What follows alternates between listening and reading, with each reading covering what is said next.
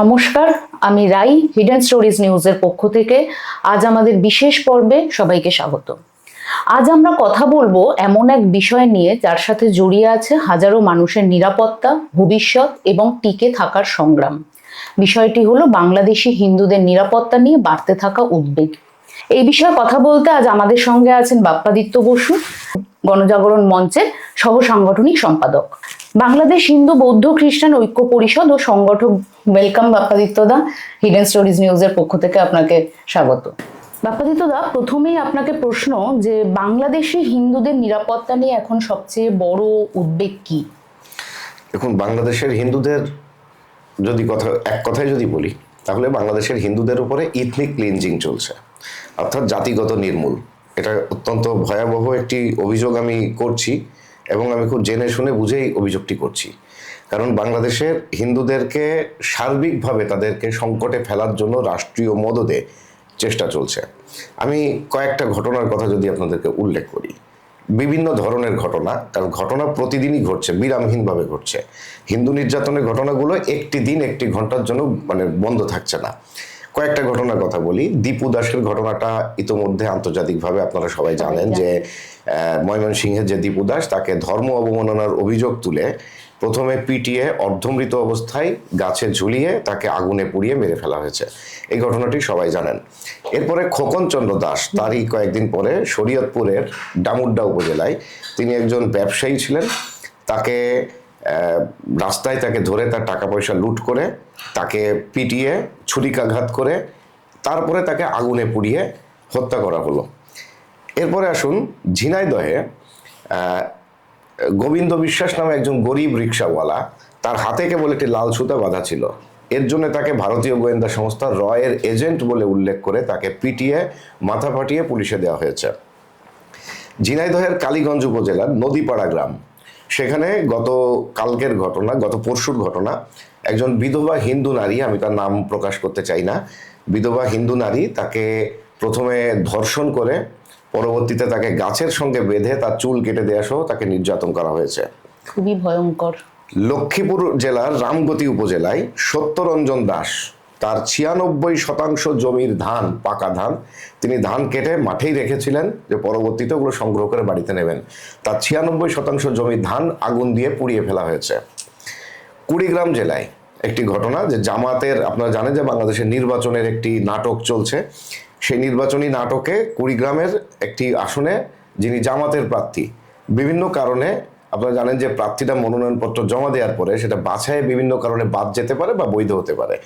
জামায়াতে ইসলামের প্রার্থীর মনোনয়নপত্র বাতিল হওয়ার কারণে কুড়িগ্রামের যিনি জেলা প্রশাসক বা ডিসি বলা হয় বাংলাদেশে, ডেপুটি কমিশনার, ডিসি, তার নাম হচ্ছে অন্নপূর্ণা দেবনাথ, নামটি খেয়াল করবেন, অন্নপূর্ণা দেবনাথ তার নাম। এই কারণে তার উপরে বিভিন্নভাবে চোটপাট করা হলো এবং এখানে একটি মব তৈরি করে তাকে শাসানো হলো যে ইস্কনের সদস্য এই ডিসি কিভাবে সে থাকে, হিন্দু কিভাবে ডিসি থাকে, আমরা দেখে নেব। রংপুরের পীরগঞ্জ উপজেলার ঘোষপুর গ্রামে ধনেশ্বর বর্মন এবং চন্দন বর্মন, এই চন্দন বর্মন ঢাকার একটি বড় বিশ্ববিদ্যালয়, জগন্নাথ বিশ্ববিদ্যালয়, সেখানকার সাবেক শিক্ষার্থী এবং রংপুর কোর্টের একজন শিক্ষানবিশ আইনজীবী, তাদের বাড়িতে আজকে ভোরের ঘটনা, তাদের বাড়িতে তাদের যে জমি আছে সেই জমিতে আজকে ভোরবেলা শতাধিক লোক নিয়ে যেয়ে দখল করে নিয়ে তারা চাষ শুরু করে দিল, অর্থাৎ জমি দখল। চট্টগ্রামের রাউজান এবং পিরোজপুরে গত 2 সপ্তাহ যাবৎ আমরা দেখছি যে বেশ কিছু ঘরে, হিন্দু পরিবারগুলোর ঘরে বাইরে থেকে তালাবদ্ধ করে সেখানে আগুন ধরিয়ে দেওয়া হচ্ছে এবং তারা কোনো রকমের বেড়া কেটে বাইরে বেরিয়ে জীবন রক্ষা করেছে। অর্থাৎ ঘটনাগুলো দেখেন যে প্রথমত ধর্ম অবমাননার মিথ্যা অভিযোগ তুলে হত্যা, রাস্তাঘাটে ছিনতাইয়ের নামে হত্যা এবং আগুনে পুড়িয়ে দেওয়া, নারীদের উপরে, হিন্দু নারীদেরকে ধর্ষণ করা, তারপরে জমির ধান পুড়িয়ে দেওয়া, জমি দখল, চাকরির ক্ষেত্রে হিন্দু অফিসার থাকলে তাকে ইস্কনের সদস্য বলে তাকে হেনস্থা করা। এবার আসুন আগুনে পুড়িয়ে বাড়িঘর জ্বালিয়ে দেওয়া, হিন্দু পাড়া ধরে জ্বালিয়ে দেওয়া। আরেকটি গুরুত্বপূর্ণ ঘটনা যেটা বলতেই হবে যে মানসিকতার জায়গাটা কোথায় গেছে, আনসার বাহিনী বলে বাংলাদেশে একটি বাহিনী আছে, পুলিশের পরে একটি বাহিনী, তারাও সশস্ত্র বাহিনী।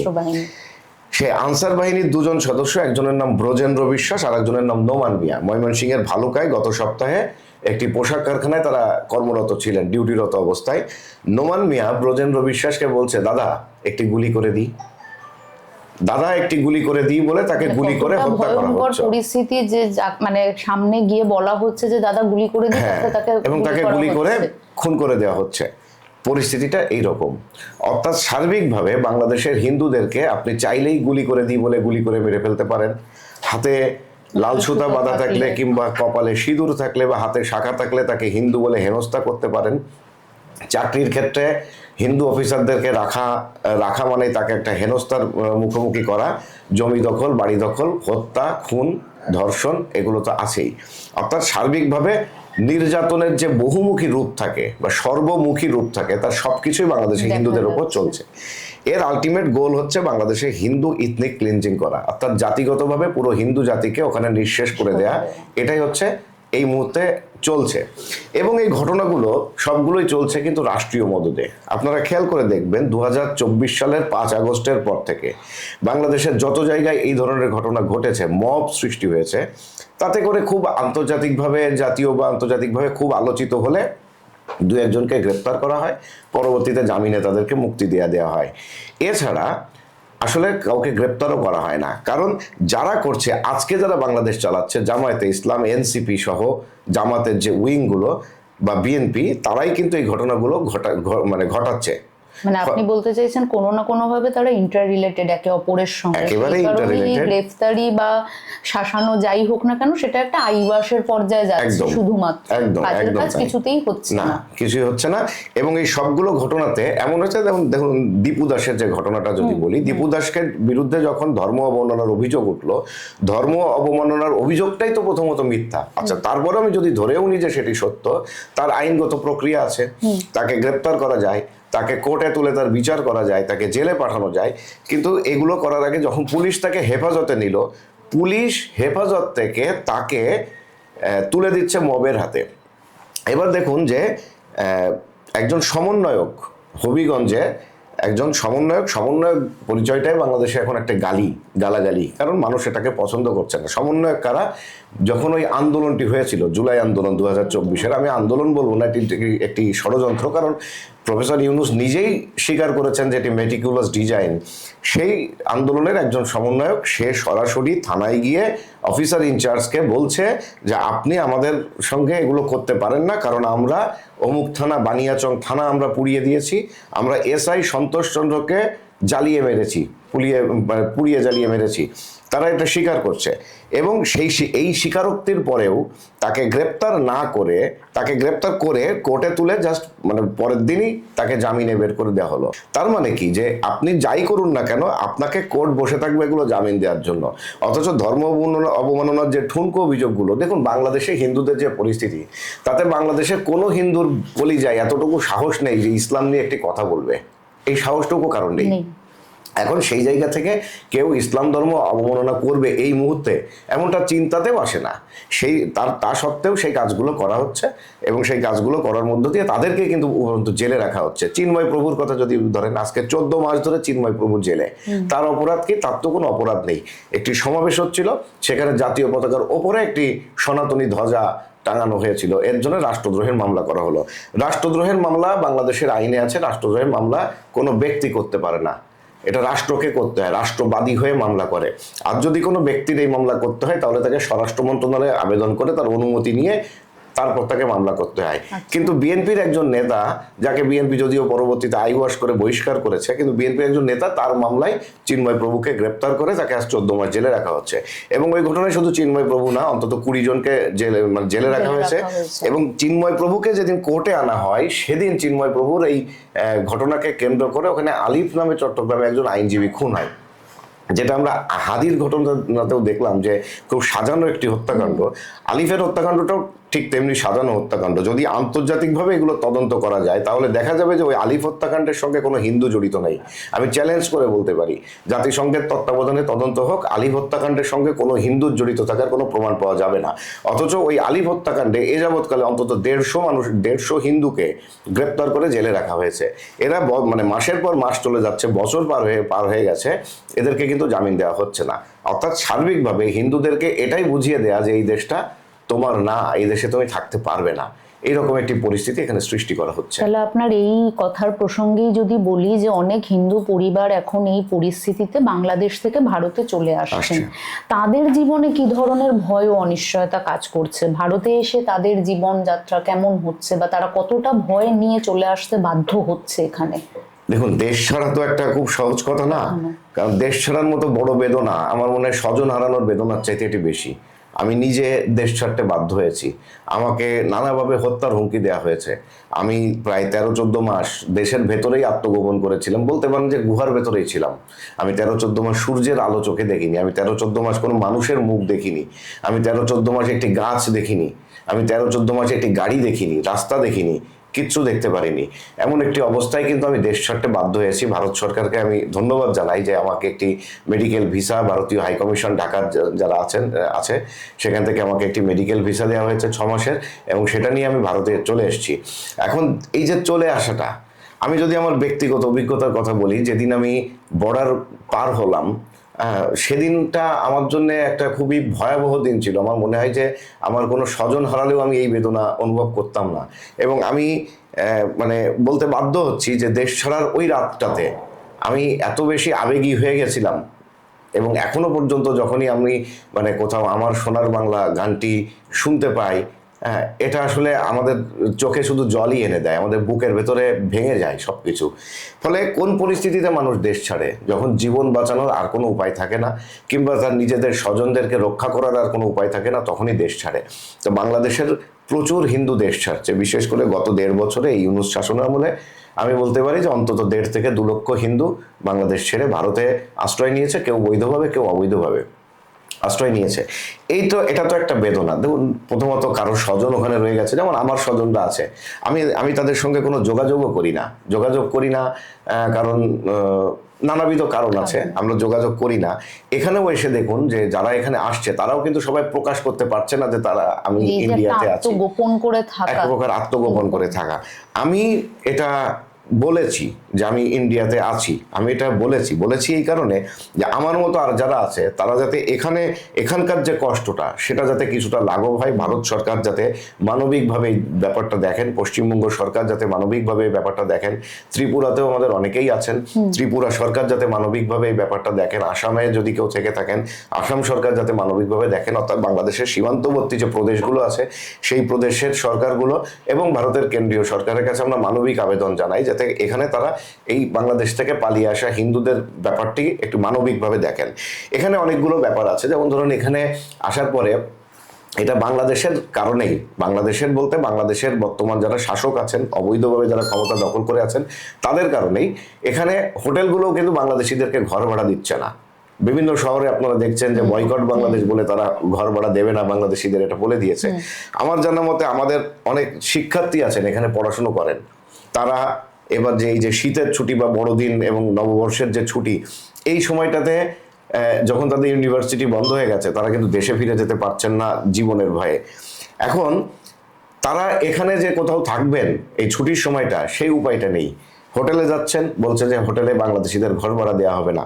অনেকেই আমাকে ফোন করছেন, হয়তো কোনো না কোনোভাবে কোনো আশ্রম, মঠ, মন্দিরের যে থাকার জায়গাগুলো, সেখানে কোনোভাবে তাদেরকে থাকার জায়গার ব্যবস্থা করে দিচ্ছি। কিন্তু এভাবে কতদিন, কতজনকে এভাবে ব্যবস্থা করে দেবো, কতজনকে এটা করা যাবে? মঠ মন্দিরে কতজনকে রাখা যাবে? এটা তো হয় না, এটা তো স্বাভাবিক কোনো ব্যাপার না। এটা এক ধরনের কষ্ট। এবার দেখুন, যারা এই কলকাতা শহরে বাড়ি ভাড়া করে নিয়ে থাকতে চাইছেন, তারা কিন্তু অনেকে বাড়ি ভাড়া পাচ্ছেন না, কারণ অনেকেরই ভিসার মেয়াদ শেষ হয়ে গেছে, কারো ভিসা আছে, ভিসা থাকলেও বাংলাদেশিদেরকে তো এখানে ঘর ভাড়া দিতে চাইছে না। তো এই কষ্টটাও আছে। আবার ধরুন, যেমন আমরা এখানে এসেছি, কতদিন এখানে আমরা থাকতে পারবো, কতদিন আমরা এখানে চলতে পারবো, এখানে তো আমার কোনো পেশা নেই, এখানে আমার কোনো উপার্জন নেই, তাহলে আমি এখানে কতদিন চলবো, এই পরিস্থিতিটাও অনেকেই ফেস করছেন। ফলে সার্বিকভাবে এখানেও যে খুব তারা মানবিকভাবে আছে তা না, এখানেও এক ধরনের মানবেতর জীবনযাপন করতে হচ্ছে। এই জায়গাগুলো একটু দেখা দরকার, যাতে অন্ততপক্ষে একটি কাজ করার মতো অনুমতি, বা ধরুন আমরা জানি যে টেম্পোরারি ভিসায় আসলে তো এখানে কোনো কাজের অনুমতি মেলে না, সেক্ষেত্রে একটি লং টার্ম ভিসা, যেটা 5 বছরের দেওয়ার বিধান আছে ভারত সরকারের, যদি এখান থেকে আসা হিন্দুদের জন্য এই লং টার্ম ভিসাটির ব্যবস্থা করা যায়, সেটি অনেকখানি উপকার হবে। আর শুধু হিন্দুদের নয়, দেখুন মুক্তিযুদ্ধের পক্ষের যে মানুষগুলো ওখানে আছে তারা তো প্রত্যেকেই আক্রান্ত।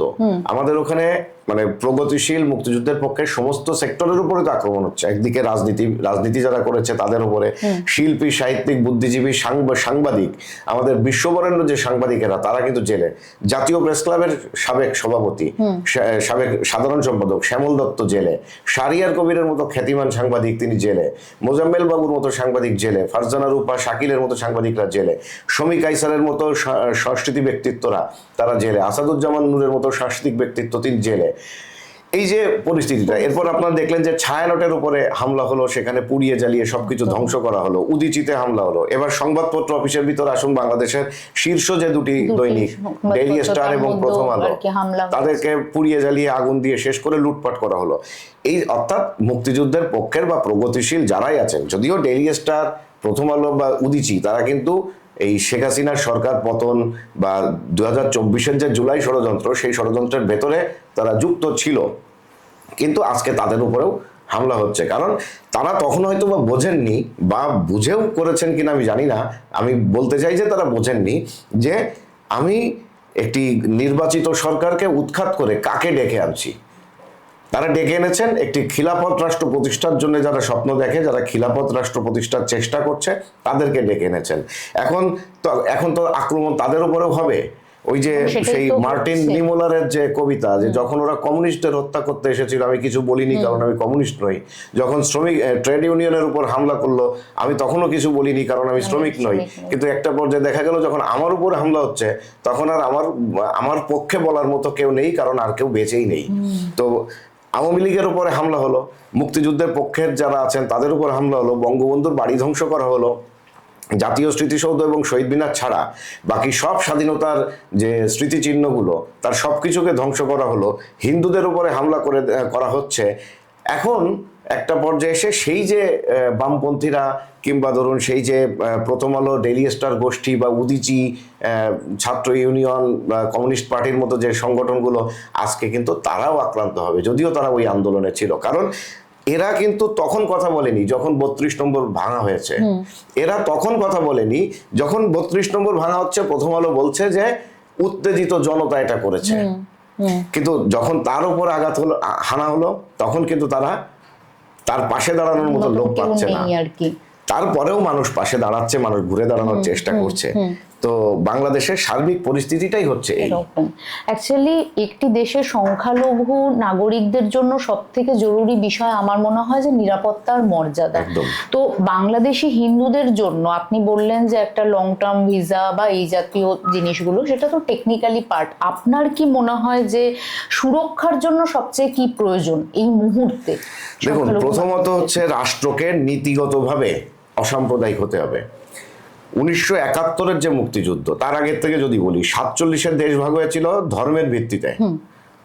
হিন্দুদের জন্য হিন্দুস্তান, মুসলমানদের জন্য পাকিস্তান। যদিও ভারতবর্ষ শুধু হিন্দুদের রাষ্ট্র হয়নি, ভারতবর্ষ শুরু থেকেই একটি ধর্মনিরপেক্ষ রাষ্ট্র হিসেবে চলছে এবং আজ এত বছর ধরে সেটাই তারা অব্যাহত রেখেছে। এখানে কখনো আর্মি শাসন আসেনি, এখানে গণতন্ত্র খুবই সুসংহত। যে দলই ক্ষমতায় থাকুক না কেন, ভারতবর্ষ তার গণতন্ত্রকে অক্ষুণ্ণ রেখেছে, ধর্মনিরপেক্ষ চরিত্রকে অক্ষুণ্ণ রেখেছে। কিন্তু পাকিস্তানে কি হয়েছে, শুরু থেকে আর্মি। পৃথিবীর ভারতেরই একজন রাজনীতিবিদ তিনি একসময় বলেছিলেন, সম্ভবত শশী থারুর, যে পৃথিবীর সব দেশের একটা সেনাবাহিনী থাকে, আর পাকিস্তান সেনাবাহিনীর একটি দেশ আছে। তো পাকিস্তান শুরু থেকে সেটা হয়েছে, পাকিস্তানেরই অংশ আমরা ছিলাম। কিন্তু 47-এর দেশভাগের পরই তৎকালীন পূর্ব পাকিস্তান অর্থাৎ আজকের বাংলাদেশ, সে বাংলাদেশের যারা মানুষ অর্থাৎ পাকিস্তানের সর্ববৃহৎ জনগোষ্ঠী বাঙালি জাতি, তারা বুঝতে পেরেছিল ধর্মভিত্তিক জাতীয়তা আমার না, ইসলাম ভিত্তিক জাতীয়তা আমার না, আমার জাতীয়তাবাদ হচ্ছে আমার বাঙালি সংস্কৃতি, আমার যে অসাম্প্রদায়িকতা, ধর্মনিরপেক্ষ এবং গণতন্ত্রের উপর নির্ভর করে যে মানে সার্বজনীন বাঙালি সংস্কৃতি, সেটা হচ্ছে আমার জাতীয়তাবাদের ভিত্তি। সেই ভিত্তিতে ভাষা আন্দোলন হয়েছে, শিক্ষা আন্দোলন হয়েছে, গণ অভ্যুত্থান হয়েছে, 66 6 দফা আন্দোলন হয়েছে, 69-এ গণ অভ্যুত্থান হয়েছে এবং 70-এর নির্বাচন হয়েছে, 70-এর নির্বাচনে জয়লাভ এসছে এবং পরবর্তীতে 71-এর মুক্তিযুদ্ধ হয়েছে। অর্থাৎ এই চেতনার উপর ভিত্তি করে মুক্তিযুদ্ধ হয়েছে এবং মুক্তিযুদ্ধের পরে আমাদের জাতির পিতা বঙ্গবন্ধু শেখ মুজিবুর রহমানের নেতৃত্বে 1972 সালে যে সংবিধানটি গৃহীত হয়, সেই সংবিধানের মূলনীতিতে রাষ্ট্রের 4 মূলনীতি হিসেবে রাখা হয়েছিল ধর্মনিরপেক্ষতা, জাতীয়তাবাদ, গণতন্ত্র এবং সমাজতন্ত্র। এখন বঙ্গবন্ধু হত্যাকাণ্ডের পরে, বঙ্গবন্ধুর হত্যাকাণ্ড শুধু একজন ব্যক্তির হত্যাকাণ্ড না, একটি আদর্শের হত্যাকাণ্ড, একটি মানে নীতির হত্যাকাণ্ড ছিল। বাংলাদেশকে আবার পাকিস্তানিকরণ করা হয়েছিল।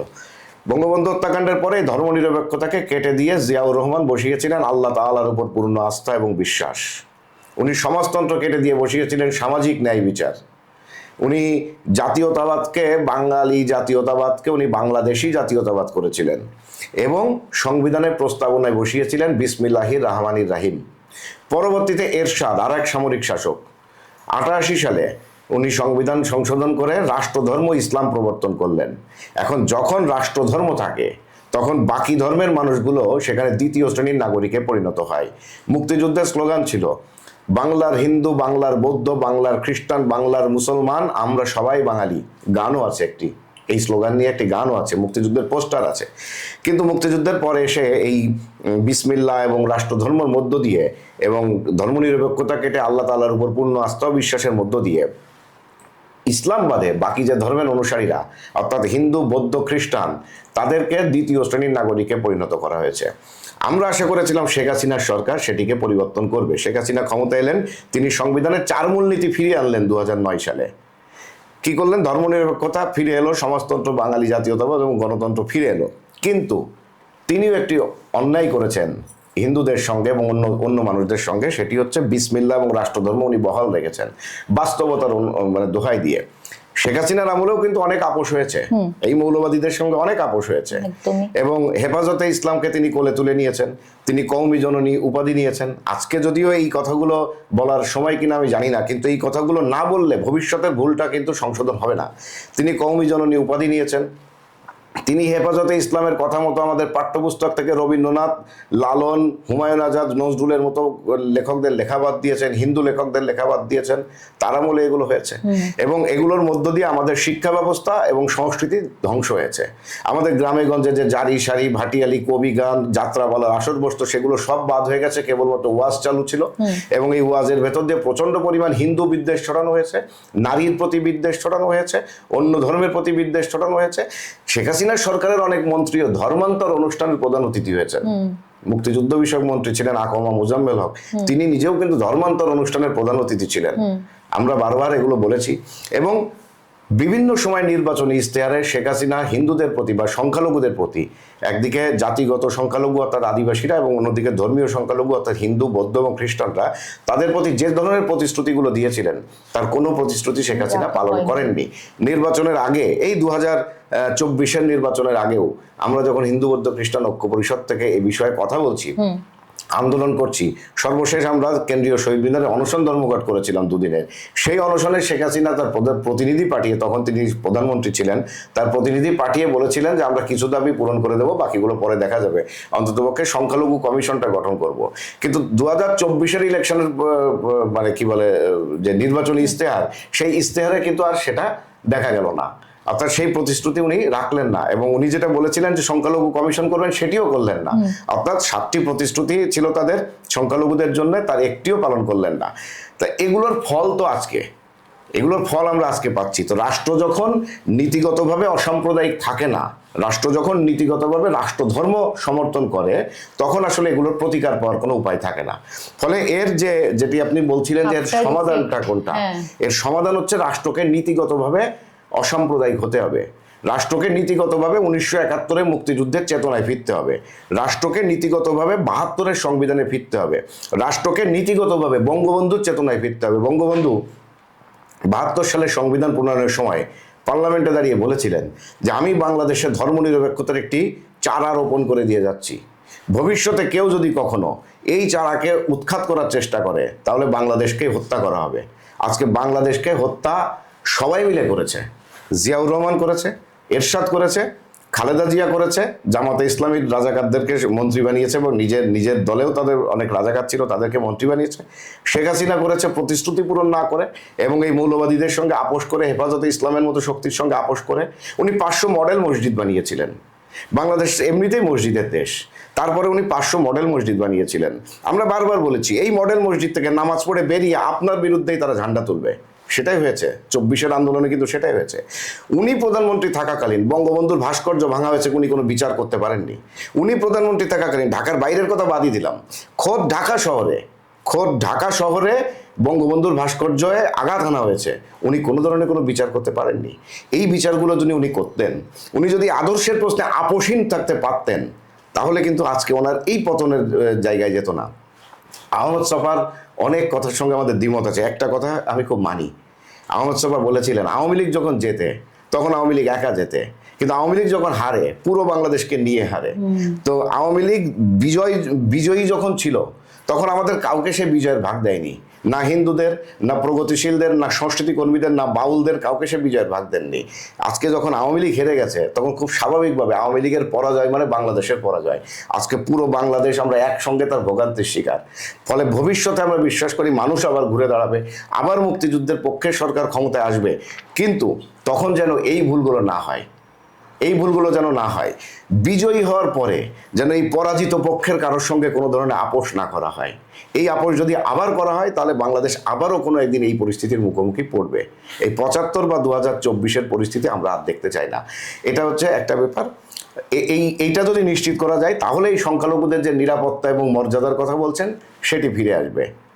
আর ভারতের ক্ষেত্রে যদি বলি, আমরা ভারত সরকারের কাছে আবেদন জানাতে পারি, কারণ ভারত তো বাধ্য না, আমাদের জন্য তো ভারত সরকার বাধ্য না, কিন্তু আমরা মানবিকভাবে আবেদন জানাতে পারি। কারণ 1971 সালে ভারত আমাদের সেই বন্ধুর হাত বাড়িয়ে দিয়েছিলেন, বন্ধুত্বের হাত বাড়িয়ে দিয়েছিলেন।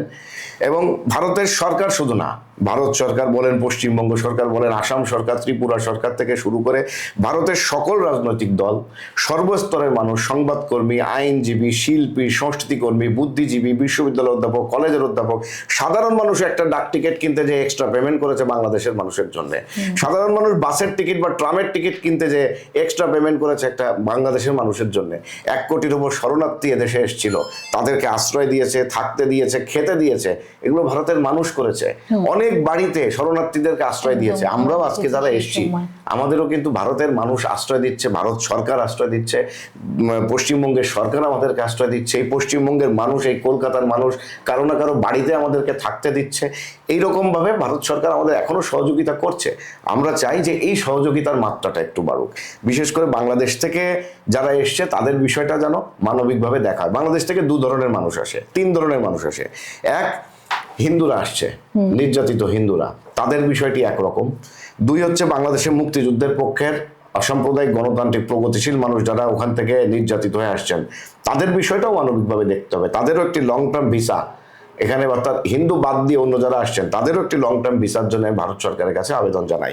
3 নম্বর হচ্ছে যারা আসে জঙ্গিরা, বাংলাদেশকে ব্যবহার করে পাকিস্তানি আইএসআই গোষ্ঠী একটি বড় ধরনের জঙ্গি তৎপরতা গড়ে তুলছে। আপনারা দেখেছেন কিছুদিন আগে কেরানীগঞ্জের যে ঘটনা, মাদ্রাসা উড়ে গেল, ওই ঘটনায় আমরা দেখেছি ওখানে মুহাজির রেজিমেন্ট, পাকিস্তানের আইএসআই এর যে ঢাকা সেল, তারা এখানে মুহাজির রেজিমেন্ট গঠন করেছে। ওই রেজিমেন্টে কারা আছে? বাংলাদেশি জঙ্গিরা আছে, সরকারের মদতপুষ্ট বাংলাদেশি জঙ্গিরা আছে। 2 আছে বাংলাদেশে যে স্ট্রান্ডেড পাকিস্তানি, যারা আটকে পড়া পাকিস্তানি, তারা এর সঙ্গে যুক্ত হয়েছে। 3 হচ্ছে রোহিঙ্গাদের যে সংগঠন আরসা, যে জঙ্গি সংগঠন, তারা এর মধ্যে যুক্ত হয়েছে। এবং পাকিস্তান থেকে প্রচুর পরিমাণ জঙ্গি এখন বাংলাদেশে আসছে, প্রচুর পরিমাণ জঙ্গি ঢুকছে। বিশেষ করে শেখ হাসিনা সরকারের পতনের পরে পাকিস্তানের সঙ্গে এই সরকার সম্পর্ক উন্নয়নের নামে আসলে জঙ্গি আমদানি করেছে। এবং আইএসআই সংগঠনটার কথা তো আমরা জানি যে তারা সন্ত্রাস উৎপাদন করে, সন্ত্রাস লালন করে এবং সন্ত্রাস রপ্তানি করে। তারা এখন সেই রপ্তানির উর্বর জায়গা হচ্ছে বাংলাদেশ, তারা সেটা করছে। এই সবকিছু মিলে ওখানে মুহাজির রেজিমেন্ট গঠন হচ্ছে। তার সঙ্গে যে জঙ্গিরা জেলে ছিল, আগের সরকারের আমলে যে জঙ্গিরা জেলে ছিল, সেই জঙ্গিরা এখন ছাড়া পেয়ে যাচ্ছে, তাদেরকে ছেড়ে দেওয়া হচ্ছে। আতাউর রহমান বিক্রমপুরী কিংবা মুফতি ইজাহার, হারুন ইজাহার কিংবা ধরুন জসিমউদ্দিন রাহমানির মতো নিষিদ্ধ ঘোষিত সংগঠনের নেতাদেরকে ছেড়ে দেওয়া হয়েছে। তারা প্রকাশ্যে সভা সমাবেশে বক্তব্য দিচ্ছে, ভারত বিরোধী বক্তব্য দিচ্ছে, হিন্দু বিরোধী বক্তব্য দিচ্ছে। এরা সবাই মিলে, এবং আপনারা যে এই যে সেই আন্দোলনের সময়কার যারা সমন্বয়ক, এখন যারা এনসিপির নেতা, কেউ জামাতে ইসলামের নেতা, কেউ শিবিরের নেতা, কেউ বিএনপির নেতা, এরা কিন্তু সেই উস্কানিগুলো দিচ্ছে, বারবার করে বলছে ভারতের 7 সিস্টার্স কেটে নেব, ভারতকে বিচ্ছিন্ন করব, কলকাতা পর্যন্ত আমরা মানে লং মার্চ করবো ইত্যাদি অনেক ধরনের উস্কানিমূলক বক্তব্য দিচ্ছে। অর্থাৎ বাংলাদেশের ভূমিকে ব্যবহার করে ভারতের বিরুদ্ধে, ভারতের নিরাপত্তা হুমকি তৈরি করার একটি চেষ্টা করছে। এরাও কিন্তু ভারতে আসে, তৃতীয় ধরনের মানুষ। এই যে তৃতীয় ধরনের মানুষ, এদেরকে স্ট্রংলি প্রোটেস্ট করতে হবে। এবং সেই প্রোটেস্ট করার ব্যাপারে আমরা ভারত সরকারকে, যদি ভারত সরকার আমাদের কাছে কোনো সহযোগিতার প্রয়োজন হয়, আমরা নিশ্চয়ই সেই সহযোগিতা করতে রাজি আছি। যে কারা এখানে জঙ্গিরা আসছে, আমরা কোনো তথ্য পেলে আমরা সেটিও জানাতে রাজি আছি। কারণ আমরা কোনোভাবে চাই না বাংলাদেশ এবং ভারতের যে ঐতিহাসিক সম্পর্ক, বাংলাদেশ এবং ভারতের যে হৃদয়ের সম্পর্ক, সেই জায়গায় কোনো ধরনের অত্যন্ত গুরুত্ব তো সেটা এক ধরনের তো মানে রাজনৈতিক কথা, আমরা বলবো হৃদয়ের সম্পর্ক। এখানে মানুষের সম্পর্ক। আপনি রাই এবং আমি বাপ্পা, আমাদের ভেতর কোনো পার্থক্য নেই। আপনি বাংলায় কথা বলেন, আমি বাংলায় কথা বলি, বা আপনার পোশাক পরিচ্ছদ, চলাফেরা, খাওয়া, খাদ্যাভ্যাস সবকিছু আমার সবকিছু কিন্তু একই। আমরা একই রক্ত প্রবাহিত। ভারতের রক্ত, বাংলাদেশের রক্ত আলাদা কিছু না। তাহলে এই রক্তের যে সম্পর্ক, এই রক্তের বন্ধন যাতে কোনোভাবে ক্ষুণ্ণ হয় এমন কিছু আমরা চাই না। সেই জায়গা থেকে এই জঙ্গিদেরকে আটকানোর জন্য যা করা দরকার সেটা ভারত সরকার করুক। আর যারা বাংলাদেশের শুভ শক্তিকে ধারণ করে, তারা যারা এখানে নির্যাতিত হয়ে আসছে, তাদের বিষয়টা মানবিকভাবে বিবেচনা করুক, এটা আমরা প্রত্যাশা করি। এই প্রসঙ্গেই বলি যে সিএ এবং নাগরিকত্ব নিয়ে আপনার কি বক্তব্য? দেখুন, সিএ এটা তো ভারতের নিজস্ব ব্যাপার, তারপরেও আমরা আবেদনটা করতে পারি। আমি গত কয়েকদিন আগে কলকাতা প্রেস ক্লাবে একটি প্রেস কনফারেন্সে ওই কথা বলেছি যে সিএ বাংলাদেশ, পাকিস্তান এবং আফগানিস্তান থেকে আসা মাইনরিটি যারা আছে, অর্থাৎ হিন্দু, বৌদ্ধ, খ্রিস্টান, শিখ, জৈন এবং পার্সি ধর্মাবলম্বীদের দেওয়া হচ্ছে। তো সিএর অধীনে নাগরিকত্ব দেওয়া হচ্ছে। এখন এই সিএ এর একটা সময় বেঁধে দেওয়া হয়েছে 2014 সালের ডিসেম্বর অবধি, 31শে ডিসেম্বর অবধি যারা এসছেন তারা এখন সিএ আইনের অধীনে নাগরিকত্বের আবেদন করতে পারবে। তারা করছেন, তারা পাচ্ছেন। ওই সময়ের ভেতরে যে হিন্দুরা এখানে এসছেন, তারা অনেকে হয়তো বা বিভিন্ন কারণে আতঙ্কিত হচ্ছেন যে এগুলো করলে ঠিক হবে কিনা। আমি যদি কেউ আমার এই বক্তব্য তারা শুনে থাকেন, আমি তাদের সবাইকে বলবো যে এটি একটি চমৎকার আইন, সিএএ একটি চমৎকার আইন। এই আইনের অধীনে 2014 অবধি যারা এসছেন তারা সবাই নাগরিকত্বের আবেদন করুন, এবং এই আবেদনের মধ্য দিয়ে আপনারা আনুষ্ঠানিকভাবে ভারতের নাগরিকত্ব নিয়ে এখানে মর্যাদার সঙ্গে থাকুন। এখন 2014 পরে যারা এসছে তাদের কি হবে? যদিও ভারত সরকার একটি সার্কুলার দিয়ে বা একটি আইন করে জানিয়েছে যে 2024-এর 31শে ডিসেম্বর পর্যন্ত যারা এসছেন হিন্দুরা, তাদের কোনো সমস্যা হবে না, তাদেরকে এখানে কোনো ডিস্টারবেন্সের মুখোমুখি হতে হবে না, তাদেরকে ডিপোর্ট করা হবে না। এটা আমরা ধন্যবাদ জানাই, কৃতজ্ঞতা জানাই ভারত সরকারের প্রতি যে এই ঘোষণাটা দেওয়ার জন্যে। এখন আমরা মনে করি যে এটা শুধু 2024 না, এটা চালু থাকা উচিত, যে কোনো সময়সীমা বেঁধে না। কারণ 2024-এর 31শে ডিসেম্বর আপনি দিয়েছেন, তারপরেও তো এসছে, আমরা এসছি, আমি 2025-এ এসছি। তাহলে আমরা যারা 2025-এ এসছি, বা আজকে 2026-এর 5 দিন চলে গেছে, আজকেও যে মানুষটা আসছে তারা কোথায় যাবে, তাদের কি হবে? তাহলে এই ঘোষণাটা দেওয়া উচিত যে নির্যাতিত, নিপীড়িত হয়ে যে হিন্দুরা এখানে আসছে, তাদের সবাইকে এখানে নিরাপদে থাকতে দেওয়া হবে। এই ঘোষণাটা ভারত সরকার দিক, এটা আমাদের আবেদন।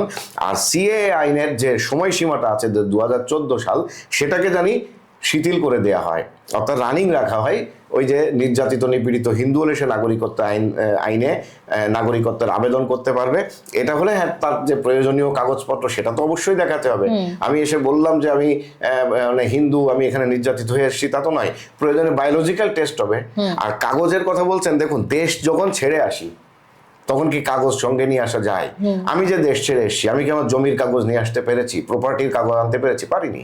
তাহলে কাগজই যদি আমি দেখাতে পারবো, তাহলে তার মানে তো আমি ওখান থেকে এখানে এসেছি সুখে থাকার জন্য, মানে অর্থাৎ একটি উন্নত জীবনের জন্য, যেভাবে মানুষ ইউরোপ আমেরিকা যায়, আমরা তো তা সেভাবে আসছি না। কিন্তু দেখা আমরা যাচ্ছে এখানে যে একটা আতঙ্ক পরিবেশ থেকে বাঁচার জন্য একদম। আর একটা দেশে গিয়ে তারা নিরাপত্তা চাইছে হ্যাঁ। কোন রকম ভাবে। অর্থাৎ বাঁচার জন্য আসছি, কোন রকমের জীবনটা হাতে নিয়ে আমরা এখানে আসছি। তাহলে প্রয়োজনে বায়োলজিক্যাল টেস্ট করা হোক, বায়োলজিক্যাল টেস্ট করে এই প্রমাণ নিয়ে নাগরিকত্ব দেওয়া হোক, এটা আমরা আবেদন করি। তাহলে কি হিন্দু মুসলিম সম্প্রীতি কি আর শক্তভাবে আবার ফিরে আসবে, বা ফেরার কোনো চান্সেস আছে? কারণ আপনি যে আগের নামগুলো বললেন এবং যা বর্তমান পরিস্থিতি, তাতে সংখ্যালঘুদের উপর যেভাবে নির্যাতন নিপীড়ন চলছে, তাতে কি সেই সম্প্রীতি আবার কোনোদিনও দেখা যাবে? বা মানে এই ভীত সন্ত্রস্ত যে পরিবারগুলো এখনো বাংলাদেশে প্রত্যেকটা দিন আতঙ্ক নিয়ে ঘুমোতে যাচ্ছে, ঘুম থেকে উঠছে চরম আতঙ্ক নিয়ে, তারা জানে না তাদের পরিবারের সঙ্গে কি হবে, বা ইনফ্যাক্ট তার সঙ্গে নিজের কি হবে, তো এদের জন্য আপনার কি বার্তা? দেখুন, রাজনীতির বাইরে যে সাধারণ মানুষেরা, তাদের একটি বড় অংশ, আমি বলবো অনেক বড় অংশ, এখনো পর্যন্ত মুক্তিযুদ্ধের চেতনাকে ধারণ করে। ফলে মুক্তিযুদ্ধের চেতনাকে ধারণ করে যে মুসলমান ভাইটা, সে আমার ভাই, সে অন্য কিছু নয়, সে আমার শত্রু নয়, সে আমার ভাই। তার কাছে আমি কিন্তু নিরাপদ থাকি। আমি যখন বাংলাদেশে শেষের দিনগুলোতে যখন আত্মগোপনে ছিলাম, আমি নাম বলবো না, কোনোভাবেই নাম প্রকাশ করা ঠিক হবে না, কারণ আমি নাম বললে যে আমার উপকার করেছে তার উপর হামলা হবে বাংলাদেশে।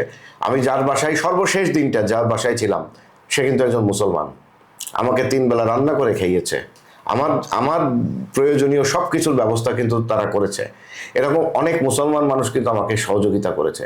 আমি যে আমার ব্যবসা বাণিজ্য পরিবার পরিজন সবকিছু হারিয়ে একা যে একেবারে শূন্য হয়ে যখন মানে আত্মগোপনে ছিলাম, তখন আমার কি বলে যে একেবারে খাবার টাকা থেকে শুরু করে, আমার খাবার সংস্থান করা থেকে শুরু করে, আমার ভারতে আসার যে খরচ জোগানো পর্যন্ত, ধরুন ওখানে ভিসা আবেদন ফি আছে মাত্র 1500 টাকা, এই 1500 টাকাও আমার কাছে ছিল না। তো এই টাকাগুলো জুগিয়েছে যারা, তারা কিন্তু আমি হিন্দু নাকি সে মুসলমান এটা দেখে টাকাটা দেয়নি বা আমাকে সহযোগিতা করেনি। তারা আমাকে সেই বাংলাদেশের মানুষ হিসেবে, আমাকে ভাই হিসেবে দেখে কিন্তু সহযোগিতা করেছে। ফলে এই ধরনের মানুষের সংখ্যাই কিন্তু এখনো পর্যন্ত বেশি। কিন্তু মুশকিলটা হচ্ছে, শুভবোধ সম্পন্ন যে মানুষেরা, তারা থাকে স্ক্যাটার্ড, তারা ঐক্যবদ্ধ থাকতে পারেনি। কারণ ঐক্যবদ্ধ থাকার জন্য যে একটি রাজনৈতিক প্ল্যাটফর্ম দরকার হয়, মাথার উপর একটি রাজনৈতিক ছায়া দরকার হয়, সেই ছায়াটা এখন ছিন্ন বিচ্ছিন্ন হয়ে গেছে। আর অশুভ শক্তি যারা থাকে, তারা হচ্ছে যে শেয়ালের হুক্কা হুয়ার মতো একসাথে হাঁক দেয়, যে কারণে ওটা শোনা যায়। আজকে বাংলাদেশে আমরা সেই শেয়ালের হুক্কা হুয়া শুনছি, কিন্তু এর বাইরে যে মানুষের চিৎকারটা, শুভবুদ্ধি সম্পন্ন মানে এরাই মানুষ, আর যারা এই হুক্কা হুয়া দিচ্ছে এরা তো মানুষ না। তো শেয়ালের হুক্কা হুয়ার বিপরীতে এসে মানুষের যে মানে ঐক্যবদ্ধ চিৎকারটা, জয় বাংলা ধ্বনিটা আবার যেদিন দেয়া হবে, সেদিনের অনেক কিছু পরিবর্তন হবে। সেই সময় হয়তো খুব বেশি দূরে নয়। মানুষ তো ঘুরে দাঁড়াচ্ছে। 32 নম্বরে তো মানুষ এখনো, এত কিছুর পরেও তো 32 নম্বরে কোনো এক মা যাচ্ছেন, কোনো এক মানে স্কুল পড়ুয়া ছাত্র, ক্লাস 7-এ পড়ুয়া, 8-এ পড়ুয়া ছাত্র, সে তো 32 নম্বরে যাচ্ছে ওখান থেকে একটি ইট তুলে এনে তার স্মৃতিচিহ্ন রক্ষার জন্যে। কেউ তো চিৎকার করে, কোনো একজন রিক্সাওয়ালা হলেও তো চিৎকার করে জয় বাংলা বলছে। এই বলার মানুষের সংখ্যা কিন্তু আস্তে আস্তে আস্তে আস্তে বাড়বে। আতঙ্ককে মানুষ একটা সময় পরে যে জয় করে, সেই জয়টা করবে, হয়তো সেদিন খুব বেশি দূরে নয়। কিন্তু এর জন্য আমাদেরকে অনেক মূল্য হয়তো চোকাতে হবে। কীরকম দেখুন, 1971 সালের মুক্তিযুদ্ধে আমরা 30 লক্ষ প্রাণ হারিয়েছি, আমাদের 2 লক্ষ নারী ধর্ষিতা হয়েছেন। এর অধিকাংশই কিন্তু হিন্দু ছিল। হিন্দু গণহত্যাটাই ওখানে মূলত ওদের টার্গেট ছিল। পরবর্তীতে তারা মুসলিম গণহত্যা করেছে, অর্থাৎ মুক্তিযুদ্ধের পক্ষের সব মানুষকে পরবর্তীতে মারতে চেয়েছে। তো এবারও 30 লক্ষ না হোক, অন্তত 30,000 মানুষ তো ইতিমধ্যেই মারা গেছে। 30,000-এর বেশি মানুষকে ইতিমধ্যে 1.5 বছরে হত্যা করেছে। আরো 30,000 বা আরো 60,000 বা 90,000 মানুষকে হয়তোবা জীবন দিতে হবে। আরো অনেক নারীর সম্ভ্রম হয়তোবা বিসর্জন যাবে এই হায়নাদের হাতে, এই ইউনূস সরকারের হায়নাদের হাতে। তো একটি অল আউট মুক্তিযুদ্ধ বাংলাদেশে আবার হবে। আমি কোনো সময়সীমা বেঁধে বলতে পারবো না যে কবে হবে। ভিয়েতনামের যুদ্ধ তো 9 বছর স্থায়ী, কি বলে যে অনেক বছর স্থায়ী হয়েছিল। বাংলাদেশ 9 মাসে স্বাধীনতা পেয়েছিল। ভারত সরকার আমাদেরকে সহযোগিতা করেছে, বিভিন্নভাবে তো করেছেই। শেষে 3 ডিসেম্বর থেকে ভারত হচ্ছে পাকিস্তানের বিরুদ্ধে যুদ্ধ ঘোষণা করে লড়াই করেছে সম্মুখ সমরে, সেটা করেছে, এবং শেষে 16 ডিসেম্বর আমাদের বিজয় অর্জিত হয়। ভারত বাংলাদেশের যৌথ বাহিনী, মুক্তি বাহিনী এবং মিত্র বাহিনীর যৌথ বাহিনীর বিজয় অর্জন হয়। তো আরেকটি মুক্তিযুদ্ধ বাংলাদেশে হবেই, আজকে নাকি কালকে নাকি পরশু জানি না। অবশ্যই আরেকটি মুক্তিযুদ্ধ হবে। সেই মুক্তিযুদ্ধের মধ্য দিয়ে আবারও শুভ শক্তির উদয় হবে। তবে এবার যখন শুভ শক্তি, মুক্তিযুদ্ধের পক্ষের শক্তি আবার বিজয় অর্জন করবে, আমি শুধু এটুকু আবেদন রাখবো যে আবার যেন আপোষের চোরাগলিতে আমরা না হারাই, কোনো ধরনের আপোষ যেন আমরা না করি। এবার যখন আমরা বিজয়ী হব, তখন যেন পরাজিত শক্তির কাউকে আমরা এই বিজয় প্রক্রিয়ার মধ্যে সামান্যতম স্থান না দিই। এই স্থানটা দিলেই ওরা কিন্তু ওই একটু সুচ হয়ে ঢোকে, ফাল হয়ে বেরোয়, যেটা শেখ হাসিনা গভর্নমেন্টের ভুল ছিল। সেই ধরনের ভুল যাতে আর না হয়, দৃঢ়ভাবে আদর্শকে ধারণ করে যেন আমরা ঐক্যবদ্ধভাবে সেই বিজয়কে ধরে রাখতে পারি, তাহলে আবার সেই শুভ শক্তির উন্মেষ হবে। আবার আমরা একসঙ্গে জয় বাংলা ধ্বনি উচ্চারণ করতে পারবো। আবার হয়তোবা হিন্দুরা বাংলাদেশে নিরাপদে থাকবে। আরেকটা কথা, হিন্দুদের ওখানে আমরা প্রচুর জমি হারিয়েছি। প্রথমে এটার নাম ছিল শত্রু সম্পত্তি, পরবর্তীতে অর্পিত সম্পত্তি। শেখ হাসিনার সময়ে অর্পিত সম্পত্তির অনেকগুলো মামলার রায় হয়েছে, অনেক মামলার রায় হয়েছে, কিন্তু সেই রায়গুলোকে ঝুলিয়ে রাখা হয়েছে। অর্থাৎ হিন্দুদের যে ন্যায্য জমি সেটি ফিরিয়ে দেওয়া হয়নি। আজকে আমরা যারা চলে আসছি, আমাদেরও কিন্তু ভূমি ওখানে রয়েছে। আমরা আমাদের সে ভূমির অধিকারটিও কিন্তু ফিরে চাইব। তো এবার বাংলাদেশের বিজয় অর্জনের পরে আমরা যেন আমাদের ভূমির অধিকারটাও ফিরে পাই, কারণ ভূমিকে কেন্দ্র করেই বাকি রাজনীতি এখানে আবর্তিত হয়, হিন্দু বিরোধী রাজনীতি। 47-এর যে দেশভাগ হয়েছিল, সেখানে তো ভারত আর পাকিস্তান সমান সমান দুই ভাগ হয়নি, তাই না? ভারত ছিল বড়, পাকিস্তান ছিল ছোট। কারণ কি? কারণ জনগোষ্ঠীর হিসাবে ভূমির হিসাব করা হয়েছে, জনগোষ্ঠীর আনুপাতিক হারে। সেখানে শেষের দিকে যখন যোগেন মণ্ডল পাকিস্তানের পক্ষ নিলেন, যশোর খুলনা অঞ্চলকে তিনি যখন পাকিস্তানের ভেতর রাখতে চাইলেন, উনি মুসলিম লীগের মন্ত্রী হতে চাইলেন, তখন কিন্তু ওখানে আমাদের একটা জমির একটা হিস্সা বাকি রয়ে গেছে। সেই সমস্ত হিসাবগুলোও করার আছে, কত জমি ওখানে আমার পাওনা আছে, এবং আমাদের যে হিন্দুরা দেশ ত্যাগ করেছে সেই জমিগুলো কোথায় গেল। এই জমিগুলোকে শত্রু সম্পত্তি নাম দিয়ে বা পরবর্তীতে অর্পিত সম্পত্তি নাম দিয়ে যেভাবে দখল করে রাখা হয়েছে, আমি না থাকুক আমার উত্তরসূরি থাকবে, তাহলে আমার উত্তরসূরি যেন সেই জমি পায়, সেই ভূমির অধিকার পায়, এটা নিশ্চিত করতে হবে। এইগুলো যদি সব করা যায়, তাহলে বাংলাদেশ আবারও একটি জায়গায় আসবে। আমি এই কথাটাই শেষে বলতে চাই যে ওই মাহমুদুজ্জামান বাবুর একটি গান আছে যে ভোর হয়নি আজও হলো না, কাল হবে কি না তাও জানা নেই, পরশু ভোর ঠিক আসবে, এই আশাবাদ তুমি ভুলো না। আমরা এই আশাবাদ ভুলতে চাই না। আমরা নিশ্চয়ই কাল না হোক পরশু অবশ্যই আবার নতুন ভোর আনবো। ধন্যবাদ জানাতে চাই হিডেন স্টোরিজ নিউজকে, আজকে আমাকে আপনাদের এই শোতে এসে কথা বলার সুযোগ করে দেওয়ার জন্য। কারণ এই কথাগুলো বলা খুব জরুরি। আমরা বাংলাদেশ থেকে এসেছি, এখানে তো আমাদের কোনো মিডিয়াও নেই, আপনারাই আছেন, আপনারা আমাদেরকে সুযোগ করে দিচ্ছেন বলে আমরা দুটো কথা বলতে পারছি, আমাদের সংকটগুলোর কথা আমরা তুলে ধরতে পারছি। এই যে সুযোগটি আপনারা করে দিয়েছেন, এর জন্য বাংলাদেশের আক্রান্ত নিপীড়িত মানুষের পক্ষ থেকে এবং আমার নিজের পক্ষ থেকে আমি আপনাদেরকে ধন্যবাদ জানাচ্ছি। ধন্যবাদ বাপ্পাদা, আপনার মতামত আমাদের সঙ্গে শেয়ার করার জন্য। অনেক কিছু জানতে পারলাম। আমরাও চাই যে বর্তমান যে পরিস্থিতি চলছে বাংলাদেশে, তা যেন খুব তাড়াতাড়ি শান্ত হয়, শুভবুদ্ধির উদয় হোক, এবং প্রতিবেশী রাষ্ট্র হিসাবে আমাদের সঙ্গে তারা থাকুক সবসময়, এবং যতটা আমাদের সাহায্য করার আমরা তো করছি, তারাও যেন আমাদের সঙ্গে সেইভাবেই আগামী দিনগুলো চলতে পারেন। যে কোনো সহিংসতা ও বৈষম্যের বিরুদ্ধে মানবিক অবস্থান হওয়াই উচিত সবচেয়ে বড় শক্তি। এই বলেই আজ শেষ করছি আমাদের অনুষ্ঠান। নমস্কার।